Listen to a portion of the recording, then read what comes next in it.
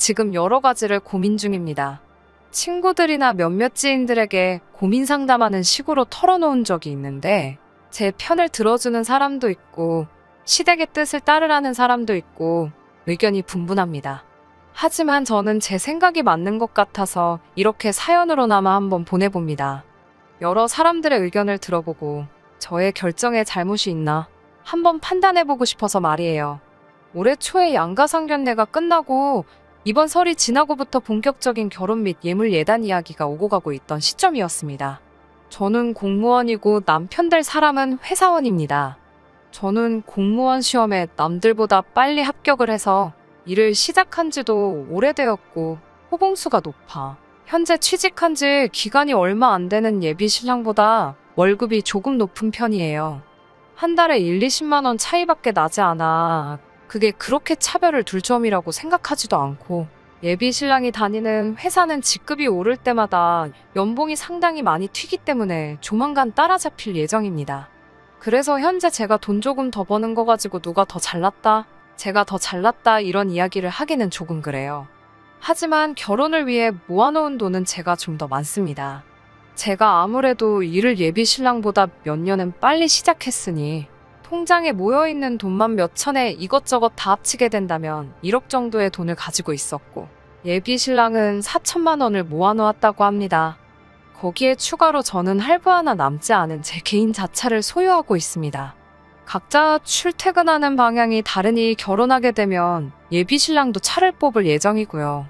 그렇게 되면 없던 할부가 생기게 되는 거나 마찬가지니 사실은 저는 1억 2천이 있는 거나 마찬가지고 예비 신랑은 앞으로 빠질 차가 8불을 생각하면 2천만 원밖에 없는 거나 마찬가지입니다.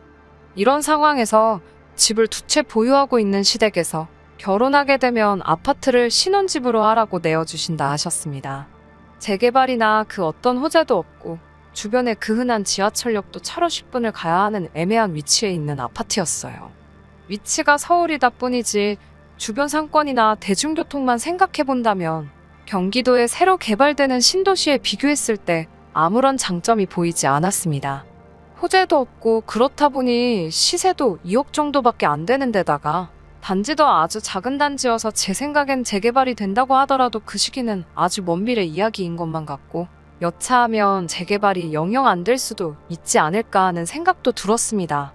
물론 시댁에서 신혼집을 마련해준다는 사실에 감지덕지 해야 하는 게 맞지만 위치도 주변 인프라도 워낙 보잘것없어서 저는 그 집에서 꼭 시작해야 할 이유를 찾지 못했어요. 거기에 오래된 구축 아파트인데다가 리모델링도 되어 있지 않아 저희가 그 집에 신혼살림을 차리게 된다면 저희가 직접 리모델링까지도 해야 하는 판이었어요. 그래도 서울이라고 시세가 괜찮으니 제 생각에는 그 집을 팔고 나서 저희가 모은 돈을 합치면 경기권 신축 아파트나 못해도 서울에 있는 더 투자 가치가 있는 곳에서 시작할 수 있을 것 같은 생각이 들었습니다. 그런데 예비 시부모님께서는 꼭 저희가 그 아파트에 신혼살림을 차리는 조건이 아니라면 저희에게 지원을 해줄 생각이 없다고 하시네요. 오히려 아직 아무 호재도 없는 것이 호재라고 하시면서 향후에도 재개발 등 집값이 오를 이유는 충분하다고 하시면서요. 단지 오래된 아파트라서 그 집에서 살기 싫어서 팔려는 거면 운 좋게 그 집을 주워가는 사람만 좋은 거 아니냐고 그 생각을 하면 너무나도 배가 아파서 그 꼴은 죽어도 못 보시겠다고 막무가내이십니다. 아직도 그 집에 투자 가치가 있다고 생각하시는 것 같았어요. 거기에 추가로 시댁에서 집을 해주는 부분이니 집값의 20%에 해당하는 4천만 원을 예단으로 준비하라고 하시더군요. 거기에 추가로 리모델링비 3천만 원, 신혼집에 들어갈 혼수까지 2천만 원에 저희 쪽에서 결혼식 비용까지 전부 하라고 요구를 하셨어요. 저는 이분들이 뭐를 잘못 드셨나 하고 생각을 하고 있었는데 좀 더 이야기를 나누다 보니 그 집에 아직 대출이 8천 정도가 남아있다는 사실까지 알게 되었어요. 심지어 그 대출금은 결혼 후에 저희가 갚게 되는 거라고 하셨고요. 그건 조금 아닌 것 같다고 말씀드리려니 제 말은 쏙 끊어버리시고는 또 어느 나라 계산법인지 이상한 논리로 말씀을 하시더라고요. 시어머니께선 2억짜리 집에 대출이 8천이 남아있는 상황에 예비 신랑이 모아둔 돈 5천을 합한다면 신랑 쪽에서 1억 7천을 해가는 거나 마찬가지라고요. 시부모님이 거기에 예비 신랑이 탈 자동차를 3천만 원을 들여서 정확히 2억을 맞춰주신다고 합니다. 그러면 신랑 쪽에서 2억을 해가는 것이니 그 아파트 명의는 예비 신랑 명의로 두겠다고요. 가뜩이나 그 집에서 살기 싫어서 전전긍긍하고 있는데 그 말을 듣고 더욱더 그 집에서 살기가 싫어졌어요. 말인즉슨 예비 신랑은 저랑 결혼만 하면 어차피 부모님께 증여받을 것이긴 하지만 2억짜리 집이 그대로 생기는 거잖아요. 그런데 저는 결혼식 비용에 혼수 예단을 하고 거기에 리모델링까지 하게 되면 말 그대로 여태 모은 돈을 정말 다 써버리게 되는 건데 저는 모아놓은 1억을 전부 다 쓰고 얻는 게 아무것도 없는 상황인 거잖아요. 거기에 아직 대출도 8천이나 남아있는 상황에 결혼하면 제가 번 돈으로 그거 이자까지 고스란히 내게 생겼는데 말이에요. 예비 신랑에게 이 상황을 해결하지 않으면 저는 결혼을 할 생각이 없다고 못을 박았어요. 저는 여태까지 시댁이 억지를 부리고 있는 거고 제가 정상이라고 생각을 했었거든요. 그런데 예비 신랑이 무슨 말도 안 되는 소리를 하는 거냐며 오히려 저에게 보인 반응 때문에 어이가 다 없더라고요. 저보고 결혼 비용으로 1억을 더 들고 오고 나서 말을 꺼내라고 하네요. 정말 저는 그 말을 듣자마자 제 귀를 의심했습니다. 예비 신랑의 말은 이거였어요. 예비 시부모님 말 맞다나 자기는 2억짜리 집을 해온다. 이미 제가 준비한 결혼 비용인 1억보다 자기가 1억을 더 해오는 상황이나 마찬가지가 아니냐. 그러면 자기가 벌써 저의 2배를 가져오는 거지. 이건 반반 결혼이 성립하는 게 아니지 않느냐고 말하면서요. 오히려 부모님이 집을 그냥 주신다는데 자꾸 말도 안 되는 억지를 부리고 이 결혼을 파국으로 몰고 가는 게 전부 저에게 잘못이 있다는 식으로 몰아가더라고요. 저는 예비 신랑에게 계산 좀 똑바로 하고 말을 하라고 했어요. 그 집값이 2억이라고 너가 해오는 게 2억이 되는 게 아닌 거라고. 어거지로 숫자만 맞춰놓고 너네 부모님이 지금 내가 평생 모아놓은 1억 원 빼먹으려고 하시는 거나 마찬가지인 거라고 말했지요. 솔직히 틀린 말 아니잖아요. 대출도 반 가까이 남은 집을 갚아서 주시는 것도 아니고 명의도 전부 남편 걸로 해주면 저는 제 생돈 들여서 리모델링까지 해주는 거고 집값의 20%를 예단을 준비하라는 것도 사실 무슨 소린지 이해도 안 갔어요. 강남 노른자 땅에 20억짜리 아파트 해주시면 제가 그 정도 요구는 합당하다 생각을 하겠는데 이건 아무리 봐도 제 돈으로 아파트 잔금 치르고 남은 돈으로 리모델링까지 하려는 고약한 심보가 너무 뻔히 보이잖아요. 칼만 안 들었지 강도나 다름없는 상황이라 저도 말이 조금 지나친 부분이 있을 수도 있었지만 심했다고 생각하지 않아요. 그런데 예비 신랑은 어떻게 자기를 낳아주신 부모님이고 앞으로 제가 섬겨야 할 시부모님이 되실 분들인데 말을 그따구로 할 수 있느냐고 화를 내더라고요. 아니 이 사람아 지금 그 이야기를 하는 게 아니잖아. 예비 신랑은 앞으로 저희 남편이 될 듬직한 모습은 보여주지 않고 자기 부모님의 이상한 계산법을 마치 정답이라고 생각하는 듯이 제 말은 들을 생각도 없었고 제가 이러는 본질은 보지 않고 자꾸 이상한데 꽂혀서 자기 부모님한테 말을 그렇게 하냐고 징징대고만 있었어요. 이러니 제가 파혼을 해야겠다는 결심을 할 수밖에 없었지요. 예비 시댁이나 신랑은 크게 오해하고 있는 부분이 있던 거예요. 요즘 집 해주는 시댁이 어디 있냐는 논리로 나오는데 반대로 따지고 보면 제 나이에 결혼할 때 되어서 1억이나 모아놓은 사람 과연 몇 명이나 있을까요? 이 결혼이 어그러지게 되면 땅을 치고 후회할 사람이 과연 누구라고 생각하고 저랬던 걸까요? 저는 결국 예비 신랑에게 의견이 시작할 때부터 좁혀지지 않으니 결혼을 다시 생각해봐야겠다고 말하고 서로 정리할 시간을 갖자고 했습니다. 사실 저도 마음이 여렸던 게 그때 가서 예비 신랑이 지네 부모님들 계산법에 오류가 있다는 걸 발견하고 제 편으로 돌아와 준다면 결혼을 다시 긍정적으로 생각해 보아야겠다고 잠깐 생각을 했었어요. 그 집구석도 저라는 사람을 놓치면 큰 손해라는 걸 알고는 있던 건지 아니면 제가 말도 안 되는 가머니설에 속아 넘어가는 머리에 꽃밭밖에 없는 정신 빠진 여자는 아니란 걸 깨달은 건지 며칠 뒤에 나름 중재안이랍시고 조건을 조절해서 가져왔어요. 그걸 듣고 나니 더욱 더 기가 차더라고요. 현금 해단을 줄여줄 테니 저보고 남편의 차를 해오라고 하더라고요. 그리고 시댁 쪽에서 남편의 차를 해주려던 돈은 대출금에서 해당하는 금액만큼 상환을 하겠다고요. 그럼 이자도 줄고 저도 결혼 비용을 더 의미 있는데 쓰니 좋은 거 산이냐고요. 대체 뭐가 다른 건지 예비 신랑하고 이야기해봐야 더 답도 안 나올 것 같고 시어머니한테 단도직입적으로 만나자고 했습니다. 제가 조산모사에 넘어갈 만큼 어리숙해 보이시냐고 그냥 공동명의로 해주기 싫은 이유라도 말씀해달라고 했어요. 정 안 되면 어차피 살기도 싫은 그 집 그냥 시부모님이 노후 대책으로 가지고 계시라고 하고 그냥 예랑이가 모은 돈 제가 모은 돈 합쳐서 경기도권 전세로 들어가던지 아니면 돈에 맞는 빌라 전세를 들어가던지 월세부터 시작하려고요. 제가 시어머니로 모실 뻔했던 그 아줌마는 당당하게 이야기를 하더라고요. 전월세로 가자는 건 제가 모은 돈으로 집을 하겠다는 말인데 그러면 우리 아들 기죽어서 어떡하냐고요. 예로부터 남자가 더 해오면 더 해왔지. 여자가 더 해오는 결혼 잘 성사된 꼴을 본 적이 없다며 우리 아들 처가 갈 때마다 기죽어 있게 만들 셈이면 자기도 장가 보낼 생각이 없다고 하시더라고요. 처음에는 저도 이 아줌마 꽉 막힌 사고를 제가 바꿔보려고도 많이 노력을 했어요. 그렇게 할 생각 없다고 말씀드렸고 그 집에서 신혼살림을 차리기 싫은 이유도 말했어요. 투자 가치도 제가 볼 땐 많이 없어 보이는 데다가 어머님이 요구하는 조건만 두고 보면 제가 여태껏 모아놓은 돈을 전부 다 쓰게 되는 거나 마찬가지인데 공동명의로 해주시는 게 뭐가 그렇게 힘드냐고요. 이 아줌마는 제 말에 또 성질부터 버럭 내시더라고요.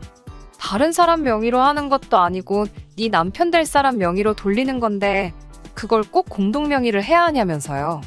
아직 결혼도 안 했는데 벌써부터 이혼했을 때 손해볼 생각하는 꼬라지가 마음에 안 든다는 말을 하시더군요. 더 말해봐야 제 입만 아플 것 같아서 사람일 모르는 거라고 저라고 이 결혼이 하기도 전에 이렇게 어그러질 줄 몰랐다고 말씀드리고 다음에는 더 어머님 말에 순종적인 며느리 찾으셨으면 좋겠다 한마디 하고 자리에서 일어났어요. 자리에서 멀어지는 저를 불러 세우면서 진짜 저 아줌마가 마음속에 꽁꽁 숨겨놓았던 본심을 털어놓더라고요. 집이라도 아들 명의로 되어 있어야 제가 시댁에 며느리 도리를 할 거라고 하네요. 아들 명의로 해놓는 대신에 앞으로 5년 동안 제가 시댁에 어떻게 하는지 보고 그러고 나서 제가 며느리 도리를 잘한다면 그때 가서 그 아파트를 공동명의로 돌려주겠다고 그러면 저도 불만이 없지 않겠느냐고 하시며 그렇게 하자고 제안을 하시더라고요. 네가 원하는 공동명의에 내가 해주겠다는 식으로 말하면서요. 참나 제가 이 상황에서 아직도 무슨 거래를 하러 온 것처럼 생각하시더라고요. 더 이상 예비 시어머니 아니 이 아줌마가 준비한 카드도 더 이상 없는 것 같은데 저도 이번 일로 몇 주 동안 시달리다 보니까 오히려 제가 이 남자와 결혼을 꼭 해야겠다는 마음은 이미 사라진 지 오래였고요. 이제는 진짜로 끝내야 할 때란 걸 알겠더라고요. 그래도 끝까지 아줌마라고 부르지 않고 어머님이라고 부르며 예의는 챙겨서 하나하나 조목조목 따져드렸어요. 다른 데다 집 해줄 돈은 없으니 투자하다 망한 집 가지고 집 해준다고 그렇게 유세를 부리고 싶으셨느냐. 그런데 또 새 집으로 고쳐주고 대출금까지 갚아놓으려니 그건 또 아까웠던 거 아니냐고요. 마침 눈에 콩깍지가 씌어서 모자란 아들놈하고 결혼한다는 여자가 나타났는데 그 여자 돈으로 대출이며 리모델링에 아들 자동차까지 할 수 있겠다는 계산이 서서 그래서 지금 저한테 이런저런 조건 거신 거 아니냐고요. 남의 돈으로 다 할 수 있을 뻔했는데 못해서 아쉽겠다고 한번 빚고 왔어요. 어머님 아들하고 결혼을 하려고 결심했다고 해서 그 상대방인 저를 멍청하다고 생각하신 거면 아주 크게 오해하신 거라고 한마디 해드렸지요.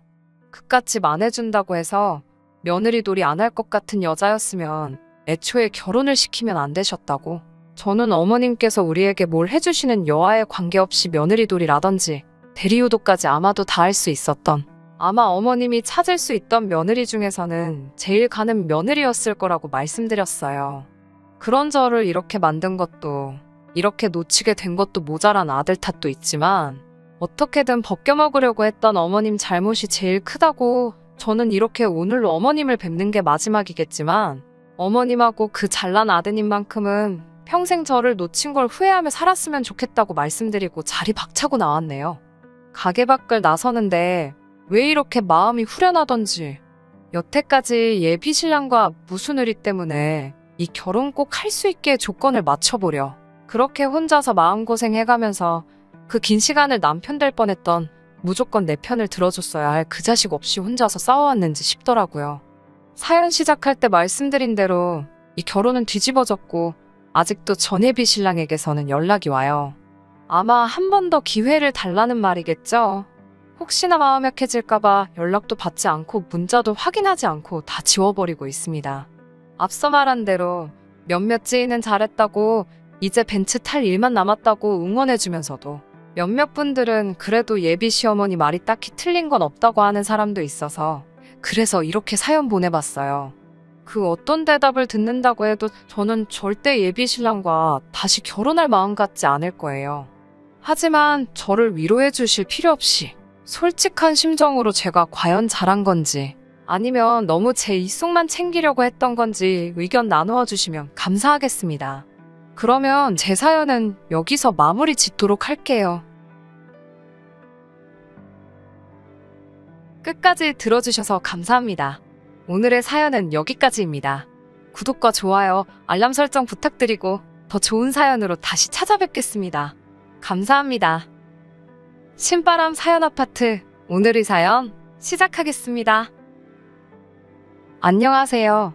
올해로 34살, 결혼한 지는 6년이 된 주부였습니다. 남편과 저 사이에는 아이가 없었고요. 검사를 받았는데 문제는 제 쪽에 있었고 이 사실을 친정도 시댁도 알고 있던 상황입니다. 그래도 남편한테 문제가 있는 것보다 저한테 문제가 있는 게 시술을 통해 극복할 수 있는 확률이 더 높다길래 몸 상하지 않는 선에서 계속해서 시도 중이었습니다. 하지만 이제 다 소용없는 일이겠네요. 남편은 요즘 보기 드물 정도의 효자였어요. 어느 정도냐면 혼자 계시는 시아버지 걱정된다며 저랑 결혼하는 것도 다시 생각해보려던 사람이었으니까요. 남편 위로 아주버님이 2분 계십니다. 아무리 남자만 셋인 집안이어도 장남도 아니고 막내인 남편이 부양의 의무를 느끼고 있다는 게 말이 된다고 생각하지 않았어요. 생활비조로 얼마 정도만 보내주고 시아버지를 말 그대로 손절했다는 형님들은 한 번도 만나뵌 적 없었지만 저에겐 좋은 인상의 사람들이 아니었어요.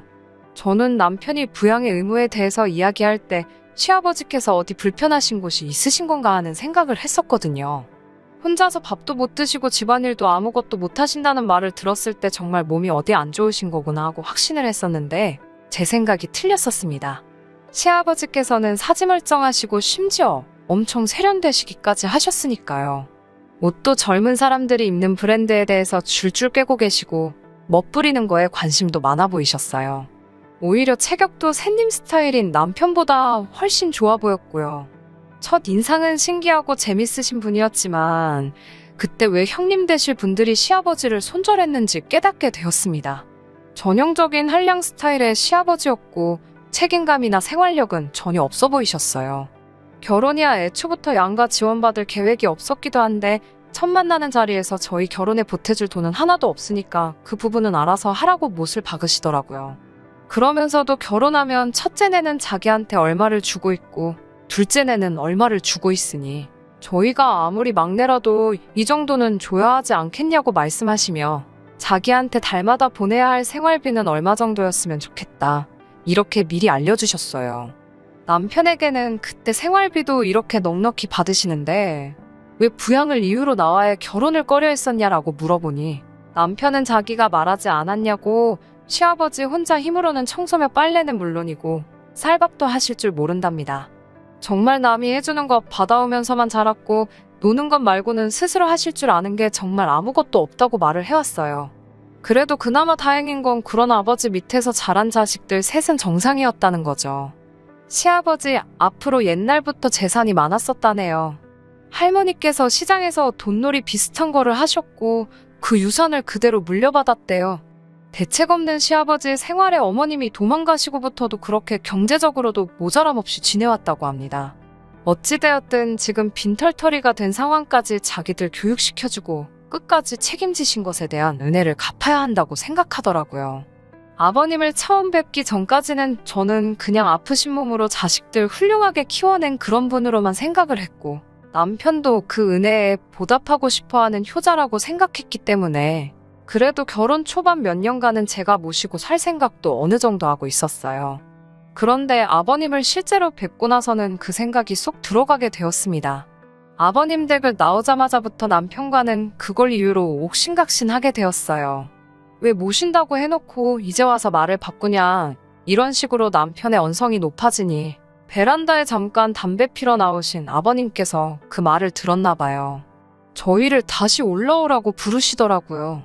어차피 남편이 혼자 되실 아버님 때문에 결혼을 꺼려한 데다가 집 앞에서 언쟁을 하며 제가 모시기 싫어한다는 사실까지 이야기했고, 저도 저런 시아버님과 합가해 모시고 살아야 한다는 생각을 하니 이 결혼이 뒤집어져도 그만이다라는 생각을 했어요. 그래서 그런지 저희를 다시 부르시는데 떨린다거나 두렵다거나 하지 않았습니다. 시아버지는 저희를 앞에 앉혀놓고 말씀을 시작하셨어요. 그런데 시아버지께서 저희에게 꺼낸 말은 참 의외의 말이었습니다. 저는 꼼짝없이 저희 결혼을 반대하려고 하시는구나 생각했거든요. 시아버지가 내 노후 때문에 장가가기를 꺼려하는 거냐라고 물으시며 자기 노후 준비는 생각이 다 되어 있고 준비도 다 되어가고 있으니 걱정하지 말라고 하더라고요. 그리고 저희가 돈만 제때 보내주면 얼굴 안 보고 살아도 그만이라고 첫째나 둘째 형들도 그러고 있지 않느냐고 하셨어요. 오히려 그런 부분에서는 쿨하시더라고요. 아무튼 시아버지 봉양에 대한 문제가 사라지니 결혼 준비는 일사천리로 진행이 되었고 저희는 그렇게 별탈 없이 결혼식을 올리게 되었습니다. 그래도 끝까지 걱정하는 남편의 뜻을 꺾지 못해 신혼집은 그나마 시아버님 사시는 곳에서 그렇게 멀지 않은 곳으로 구하게 되었어요. 남편은 결혼 후에도 청소며 먹을거리며 해주러 아버님 댁에 가고 싶어 했어요. 노후 준비가 다 되어 있다더니 그렇게 긴 텀을 두고 찾아가는 것도 아닌데 매번 갈 때마다 집은 아주 개판이 되어 있고 식사는 다 사서 드시는지 집에는 포장 용기만 굴러다니고 있었어요. 저도 어느 정도 도와주겠다고 생각은 했는데 그래도 신혼부부가 매 주말마다 둘이서 시간 보내는 걸 포기하고 아버님 댁에서 청소하고 밥하고 그러는 건 아니잖아요. 너무 스트레스였어요. 둘만 있어도 시간이 아쉬울 판에 매일 하는 집안일에 더불어 아버님 집까지 가서 또 그걸 하고 있어야 했으니까요. 매주 반복되는 지긋지긋한 패턴에 결국 제가 참지 못해 아버님께 준비해 놓으셨다는 노후 준비는 어떻게 된 건지 직접 물어봤습니다. 아버님은 이제 말을 해야겠다는 생각이 들었는지 다음 주에 올 때 남편의 형들까지 전부 다 같이 해서 와달라고 하더라고요. 무언가 중대 발표가 있을 것 같았습니다. 확신에 차 있는 말투는 역시 뭐가 준비해 놓으신 게 있기는 있구나 하는 모양이었어요. 그날 시아버지 댁에 처음으로 온 가족이 모였습니다. 명절에도 안 모인 식구들을 다 만나게 되니 감회가 새롭더라고요. 결혼식 이후로 단 한 번도 본 적이 없었던 형님들까지 전부 도착해 있었습니다. 시아버지가 온 식구들 앞에 발표한 노후 대책은 참으로도 어이가 없었습니다. 각 형제들 앞으로 일단 1,000만 원씩을 달라고 하더라고요. 그럼 그 돈을 가지고 외국에 나가 새 신부감을 찾아오시겠답니다. 말인즉슨 국제결혼으로 재혼을 한다는 말씀이었어요. 그렇다고 거기서 끝나는 게 아니었습니다. 저희가 매달 보내고 있는 생활비를 더 올려서 받아야겠다고 하시더군요. 새 시어머니 되실 분 몫의 생활비에 추가로 그쪽 나라로 매달 송금해야 할 일정 금액이 있다고 하네요. 앉은 자리에서 1,000만 원을 뜯기고 앞으로 보내드릴 생활비도 훨씬 늘어나는 상황에서 그걸 좋아라 하는 사람은 아무도 없었습니다. 애초에 그걸 떠나더라도 아버님 나이가 60이 넘으셨는데 국제결혼으로 제취를 하시는 것부터 찬성할 사람이 어디 있었겠어요? 당연히 그 자리에 있던 사람들 모두 그렇게는 안 된다고 반대를 했습니다. 시아버지는 이미 이걸 오래전부터 계획을 하신 건지 시아버지께서도 초강수로 나가시더라고요. 저희들이 반대를 한다면 굳이 강행을 하지 않겠다고 하시면서도 그렇게 되면 자기는 노후 준비가 된 게 아무것도 없으니 매달 보내는 생활비와 더불어 주에 2일씩 며느리들이 돌아가면서 자기 청소도 해주고 밥도 해주는 수발을 들어줘야 할 것이라고 들어누워 우기시더라고요. 자식이기는 부모 없다더니 여기서는 정반대였습니다. 막무가내로 어깃장을 부리는 아버님 고집 꺾을 사람들 아무도 없었고 돈 1,000만 원에 시아버지 뒷바라지에 대한 부담이 영원히 사라진다면 그 값으로 싸다고 형님들이 먼저 생각을 바꾸기 시작했어요. 그렇게 모두의 동의를 얻어내고 아버님은 그달 말에 새 신부를 데리러 간다고 출국을 하셨습니다. 일주일도 안 돼서 다시 귀국을 하셨는데 아버님은 혼자서 돌아오셨어요. 저희는 속으로 아버님이 마음을 고쳐먹고 결혼을 안 하시기로 한 줄 알았는데 그게 아니었네요. 한국에 오려면 한국어 시험을 통과해야지 올 수가 있다고 하더라고요. 빨리 너네 새시어머니 보여주고 싶은데 아주 마음이 끓는다고 하시는 게 마음을 고쳐먹지는 않으신 것 같더라고요. 그렇게 시아버지의 노후준비 대책인 외국인 새시어머니가 오기 전까지 6개월간 남편의 간절한 부탁으로 제가 짬이 날 때마다 아버님 댁 청소와 식사 준비를 도맡아 해야 했습니다. 형님들은 역시 한 번도 오지 않으셨고요.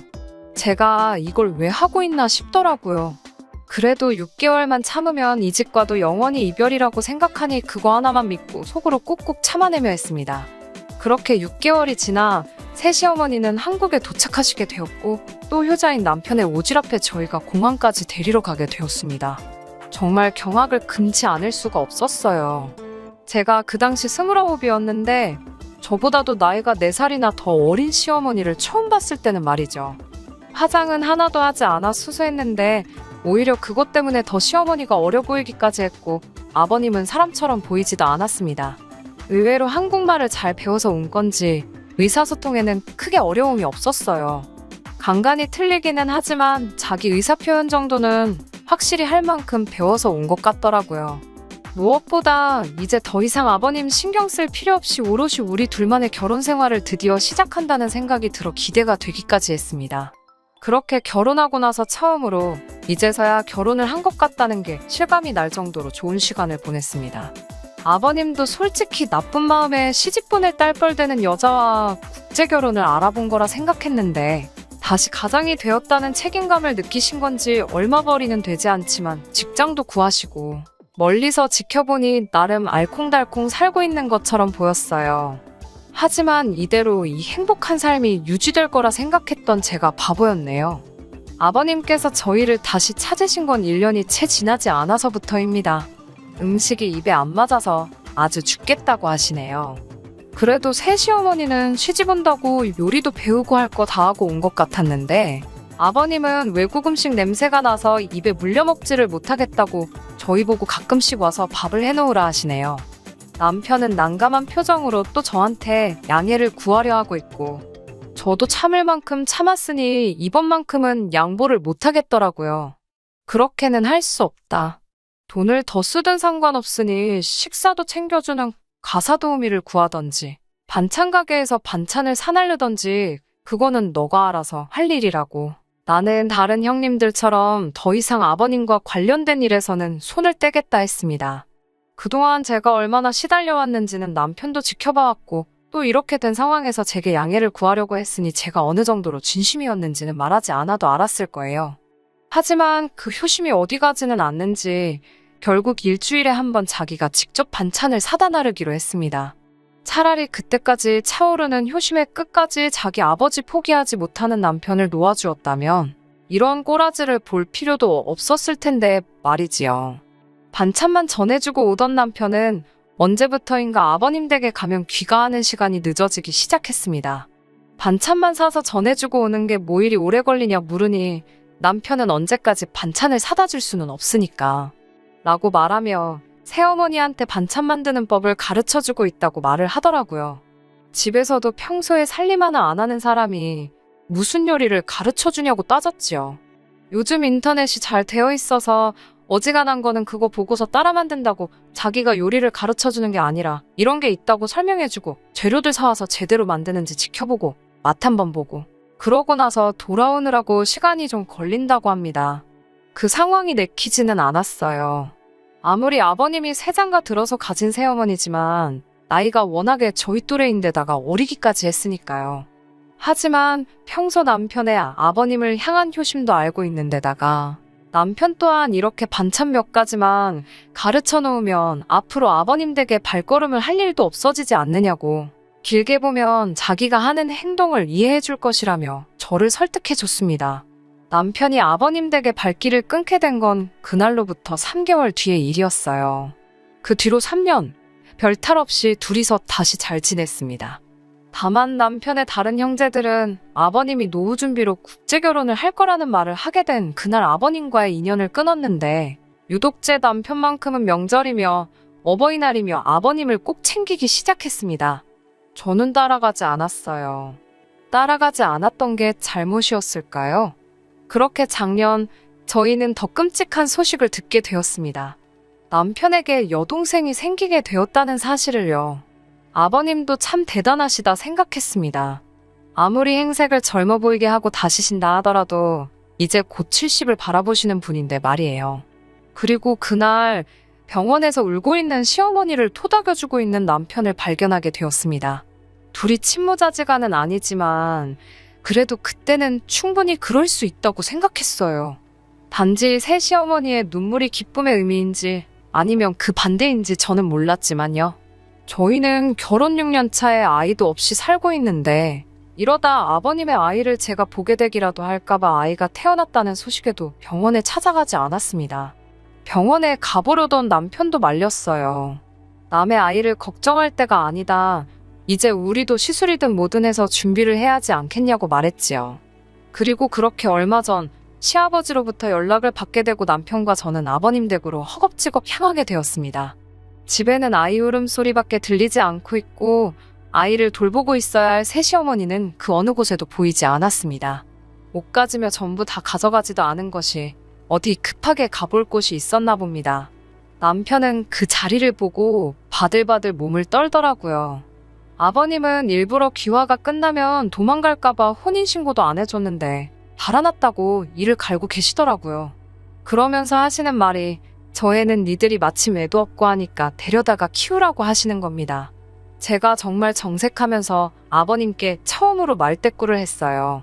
여태까지 남편 보면서 꼭 참아왔던 게 정말 한 번에 다 터져나오더라고요. 시아버지는 저에게 어이없는 소리까지 덧붙이시더군요. 저 애가 내 아이가 아닐 수도 있다는 말을요. 남편은 그 말에 그게 대체 무슨 소리냐고 정색을 했고 아버님은 남편을 보면서 네가 더 잘 알지 않을 거냐고 말을 하셨습니다. 대충 안 봐도 무슨 상황인지 조각이 맞춰지더라고요. 그렇게 효자인 척 하던 남편은 아버님 앞에 고래고래 소리를 지르며 대체 무슨 말도 안 되는 소리를 하시느냐고 소리를 치더라고요. 아버님 말이라면 꿈뻑 죽던 평소의 남편이 아니었어요. 아버님은 기분 잡쳤다며 밖으로 나가셨고 남편은 울고 있는 아이를 들쳐안고는 조용히 시키는데 여념이 없더라고요.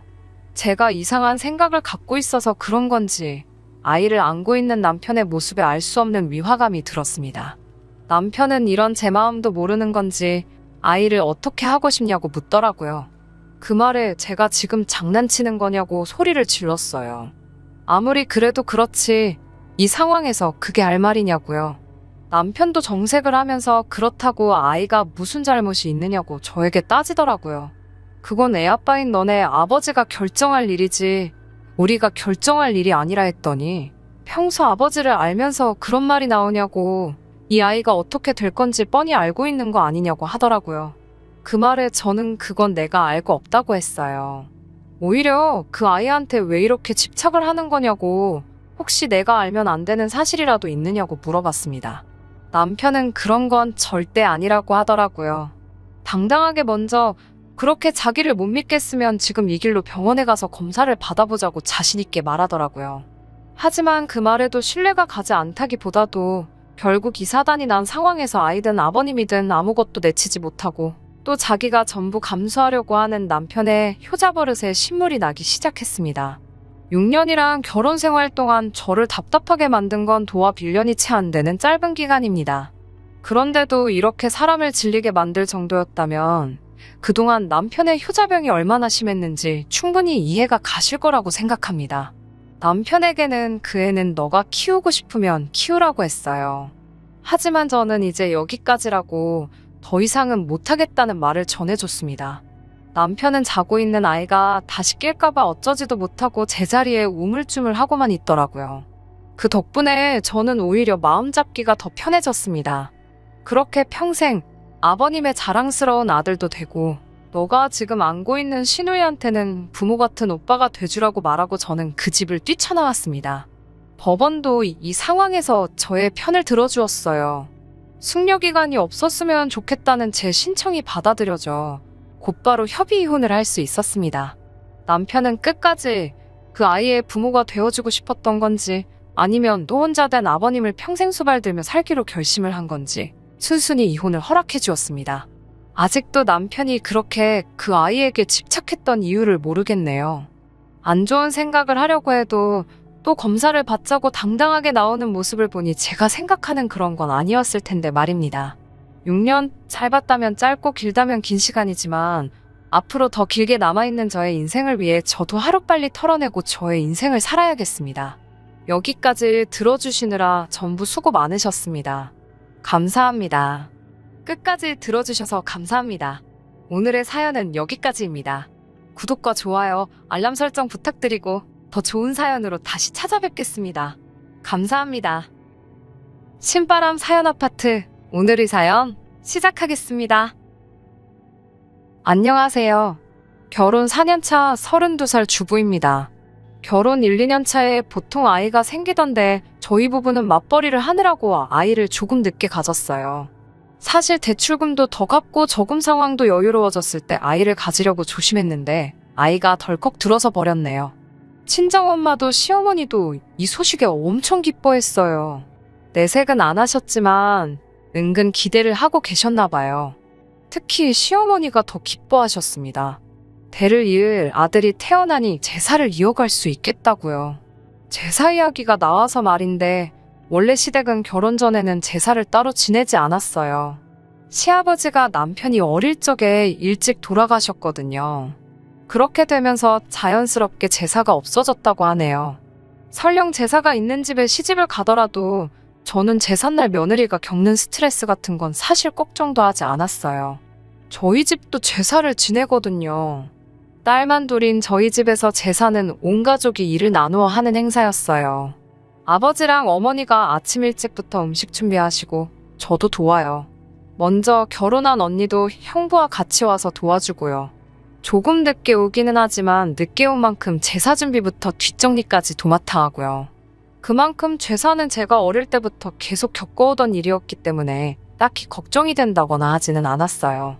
결혼 전에 남편이 우리 집은 제사도 없고 어쩌고 저쩌고 하면서 저보고 시집 잘 오는 거라고 자랑처럼 이야기를 한 적이 있어요. 제사 지내는 게 딱히 어려운 일도 아닌데 제사 없는 집에 시집 온다고 내가 운 좋은 여자라고 생색내면서 자랑까지 할 일인가 생각도 들었습니다. 그런데 남편 말과는 다르게 결혼하고 첫 해에 시어머니께서 이제 며느리도 들어왔으니 제사를 다시 시작해야겠다고 하셨어요. 명절날마다 뭐 조상님들께 크게 하는 게 아니고 돌아가신 시아버지 기일을 챙기고 싶다고 하시면서 제사를 부활시키셨어요.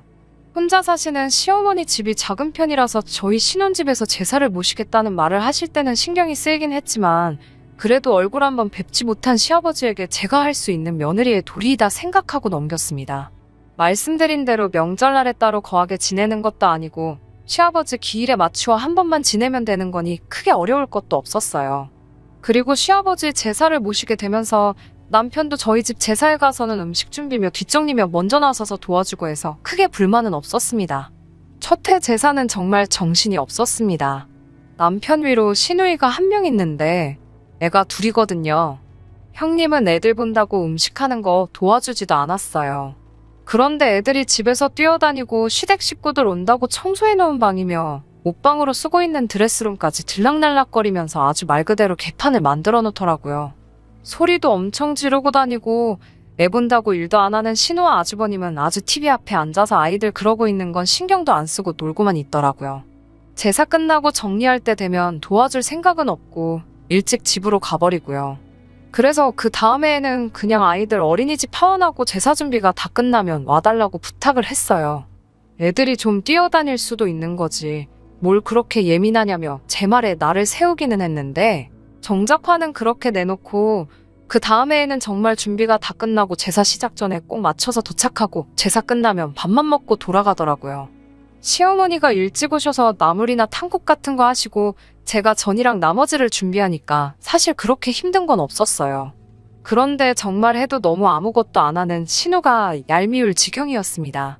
저는 한 번도 뵌 적 없는 자기 아버지의 제사를 지내는데 암만 시어머니와 제가 준비를 도맡아 전부 다 한다지만 와서 과일 하나라도 깎아줄까 물어보는 것도 힘든 건지 정말 아무짝에도 도움 하나 되지 않고 손도 까딱하지 않았어요.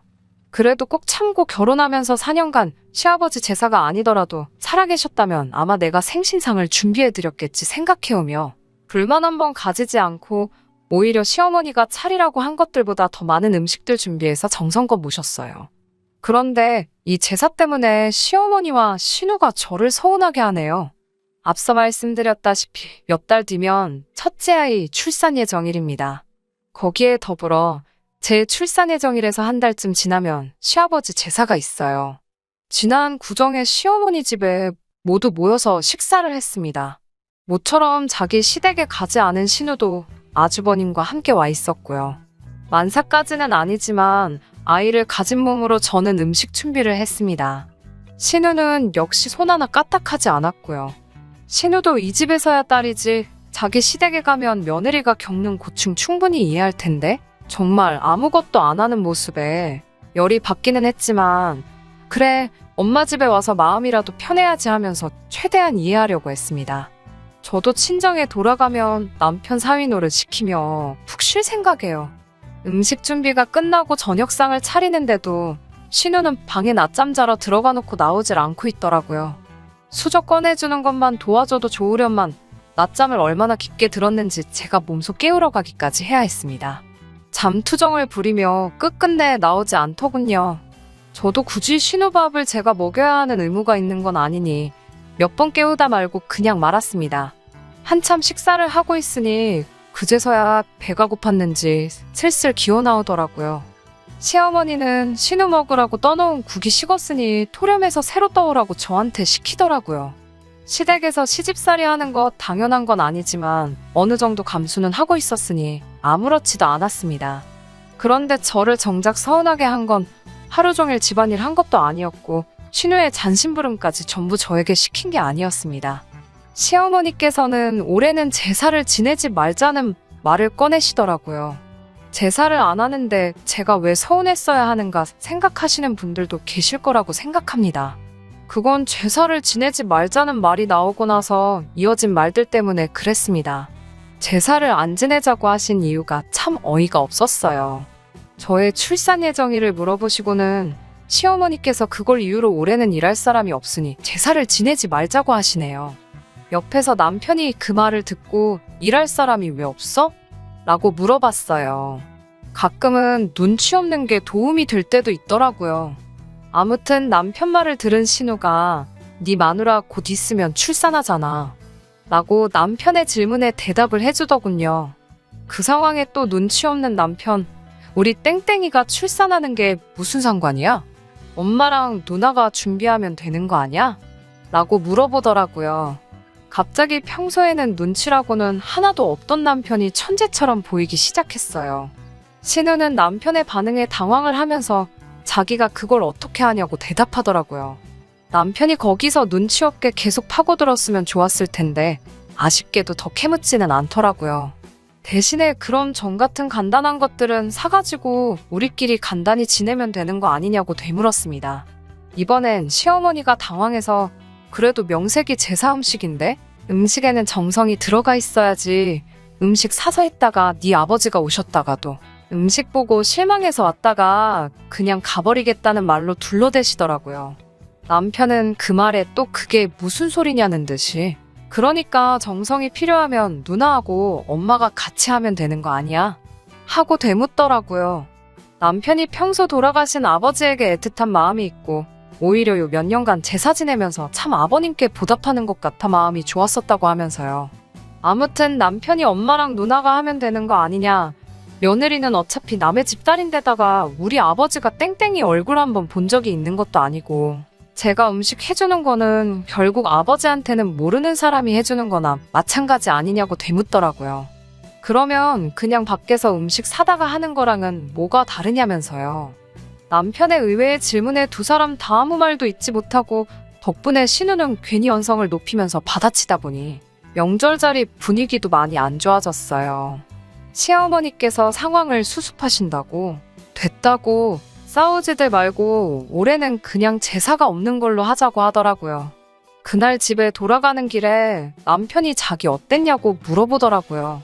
평소에 눈치도 없고 자기 의견 못 내는 못 믿어온 성격이었는데 그런 남편이 봐도 제가 출산하는 것 때문에 제사를 안 지낸다는 말이 어이없게 들렸나 봐요. 그래서 아무것도 모르는 척 행동해서 두 사람에게 한 방 먹여준 거라고 하네요. 웬일로 남편이 그런 걸로 저를 다 기쁘게 해주더라고요. 고맙다고 말하고 집으로 돌아왔지요. 그날은 그냥 그렇게 넘어가나 했는데 그날 저녁에 신우한테서 전화가 왔습니다. 저한테 올케는 그 상황에 어떻게 아무 말도 안 하고 있을 수 있냐고, 자리에서 언성 높아지고 시언니 시어머니가 곤란해하는 상황이면 아무리 출산 예정이라고 겹친다고 해도 적당히 눈치 보다가 네가 알아서 음식 준비 도울 테니 제사를 지내자고 말 한마디 했으면 되는 게 아니냐고 저한테 따지더라고요. 너 때문에 시아버지 제사를 못 모시게 된 거나 다를 바가 없는데 어쩜 그 상황에 미안한 기색도 없이 말 한마디 안 하고 똥 씹은 표정으로 가만히 상황만 지켜볼 수 있느냐고요. 이미 시어머니께서 일할 사람이 없어서 제사를 지내지 말자는 말을 꺼내셨을 때 일할 사람이 없다는 말이 저를 지칭하고 하신 말인 걸 눈치를 채버려서 그때부터 저도 표정 관리를 제대로 못했거든요. 원래 시댁 제사는 며느리가 챙기는 거 몰랐어 라고 하면서 제가 며느리로서 당연히 해야 할 의무를 안 하는 거라는 식으로 말을 하더라고요. 더 늦기 전에 시어머니께 전화드려서 그냥 제사 음식 준비하겠다고 말씀을 드리라는 식으로 강요를 했습니다.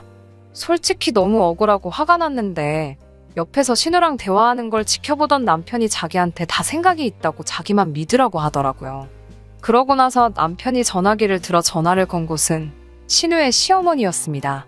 원래 어려서부터 신우와 아주버님, 남편 이렇게 셋이 한 동네에서 같이 자라왔고 명문대를 나오신 신우의 시어머니는 세 사람을 공부도 봐주며 저희 시어머니와도 가까이 지내셨다 하더라고요.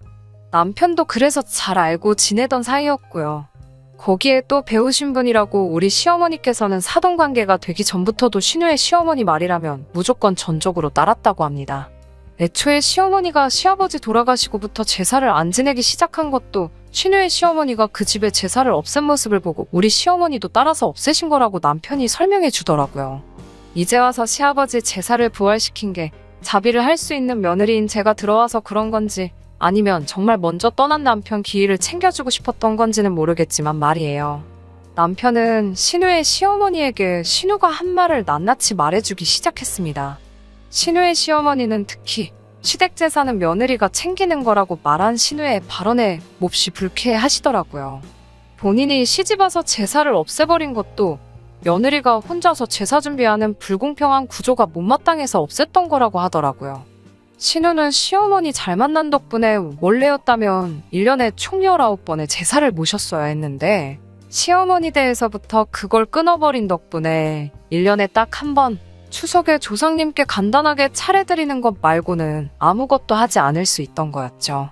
차례상마저도 대추와 곶감 같은 과일 몇 개에 어포나 육포 하나만 내서 간소하게 차린다고 합니다. 이미 신우가 시집가기 전에 없어진 제사이니 신우는 이 사실을 알지도 못했어요. 아무튼 신우의 시어머니는 남편의 이야기가 끝나자마자 신우를 호출하더라고요. 얼마 지나지 않아 신우가 도착을 하니 거실에 앉아있던 저를 보고 제가 여기 왜 있지? 하는 반응을 보였어요. 신우의 시어머니는 앞뒤 다 잘라먹고 대뜸 올해부터 우리 집도 제사를 부활시키기로 했다고 폭탄 선언을 하셨습니다. 거기에 마침 신우의 올케인 제가 우리 집에서 제사 음식 준비를 한다고 하니 저에게 제사 음식 준비하는 법이나 여러 가지를 배우라고 하시더라고요. 신우에게는 시어머니지만 어려서부터 선생님하고도 같은 존재셨으니 그분의 말에 신우는 꼼짝을 못하고 네 하면서 대답만 하고 있더라고요. 시댁 제사는 며느리가 챙기는 거 알고 있지? 잘 부탁한다 라고 말씀하시고 본가에서는 원래 1년에 총 19번의 제사를 지냈다는 사실을 말해주셨어요. 19번이라는 말에 신우 얼굴이 새하얗게 질리다 못해 새파랗게 변하더라고요. 그 상황에서 이 사건의 중심에 저와 남편이 꾸민 일이라는 걸 눈치를 챘을 텐데도 어려워하는 시어머니 앞이니 뭐라고 말도 못하고 씩씩대고만 있을 수밖에 없는 거죠. 신우의 시어머니는 이어서 곧바로 우리 시어머니한테 전화를 거셨어요. 그리고 마치 누이 동생에게 잔소리하듯이 한마디 하시더라고요. 신우의 시어머니 말씀이 아직도 기억에 남네요. 조상 잘 만나서 조상 덕 좀 본 후손들은 제사는 대충 지내고 어디 다 놀러가고 없다고요. 내가 조상 덕 본 것도 없는데 음식 상에다 대고 절한다고 나아지는 것도 없고 괜히 뒷정리하면서 서운하기만 하지 않냐고 제사가 나쁜 건 아니지만 허례허식 할 필요 없고 조상을 기리는 그 마음만 진실되면 되는 것 아니냐라고 하셨습니다. 시어머니와 신우는 꼼짝없이 아무 말도 못하고 있다가 그날의 일에 대해 저에게 사과를 해왔어요. 특히 신우가 말을 심하게 해서 미안하다고 말하는데 왠지 기분이 좋더라고요. 저도 시어머니께 출산이라고 겹치더라도 아버님 기일에 빠지지 않고 저도 도울 수 있을 만큼 도와드리겠다 약속도 했습니다. 그렇게 저희 집 제사소동은 의외의 인물의 개입으로 끝나버리고 말았어요. 남편이 솔직히 못 믿어왔고 결혼 전부터 보여준 엉성한 모습 때문에 혹시나 이런 식의 비슷한 일이 생길 때 저를 위해 목소리를 내준다거나 맞서 싸워줄 거라고는 솔직히 큰 기대도 하지 않았습니다. 그런데 이렇게 계획을 세우고 일사천리 일을 해결하는데 그런 모습이 참 여우 같더라고요. 아무것도 모르는 것 마냥 관심도 전혀 없다는 듯이 행동했지만 말에는 뼈가 있었고 행동에는 해결책이 있었어요. 남편을 정말 다시 봤습니다. 이번 일을 계기로 솔직히 제사를 더 이상 지내지 않는다거나 하는 건 기대도 하지 않습니다. 그리고 저도 며느리의 도리가 아닌 남편의 배우자로서 사랑하는 남편을 훌륭하게 키워주신 아버님께 올리는 생신상이라 생각하고 앞으로도 절대 귀찮아하지 않고 간소화하지 않고 진수성찬 정성껏 모실 계획입니다. 그게 절 위해 싸워 이겨준 남편에 대한 보답이기도 하겠네요. 못 믿어오면서 믿음직스러운 남편과 오래오래 행복할 수 있게 여러분들도 저희 많이 응원해주세요. 끝까지 들어주셔서 감사합니다. 끝까지 들어주셔서 감사합니다. 오늘의 사연은 여기까지입니다. 구독과 좋아요, 알람 설정 부탁드리고 더 좋은 사연으로 다시 찾아뵙겠습니다. 감사합니다.